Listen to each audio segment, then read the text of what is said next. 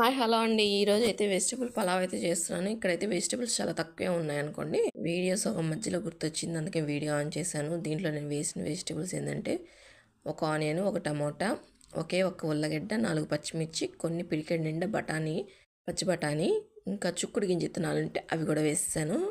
ఇంకా బిర్యానీ స్పైసెస్ అయితే వేసేసుకున్నాను. ఇవన్నీ బాగా ఫ్రై అయిపోయిన తర్వాత కొంచెం garam masala 5 rupees packet, biryani masala packet 5 rupees packet వేసేసి కలిపేసుకొని రైస్ అయితే వేసేసుకున్నాను. కడిగి పెట్టిన రైస్ ఒక గ్లాస్ వేసుకున్నాను. ఒక గ్లాస్కి 2 గ్లాసులు నీళ్ళైతే వేసుకున్నాను. నేనైతే అన్నింటిలో పసుపు అయితే వేసుకుంటాను. ప్రతి ఒక్క దాంట్లో వేస్తాను పసుపు అనేది, కొంచెమైనా వేస్తాను రసంలో తప్పితే. దీంట్లో అయితే నేను కారం వేయలేదు. చూసుకొని తగినంత ఉప్పు అయితే వేసేసుకొని నీళ్ళు పోసేసుకున్నాము. ఇంకా కొత్తిమీర మర్చిపోయని చెప్పి కొంచెం కొత్తిమీర వేసాను. ఇంకా దించేసిన తర్వాత కొంచెం కలర్ అయితే వేసుకున్నాను.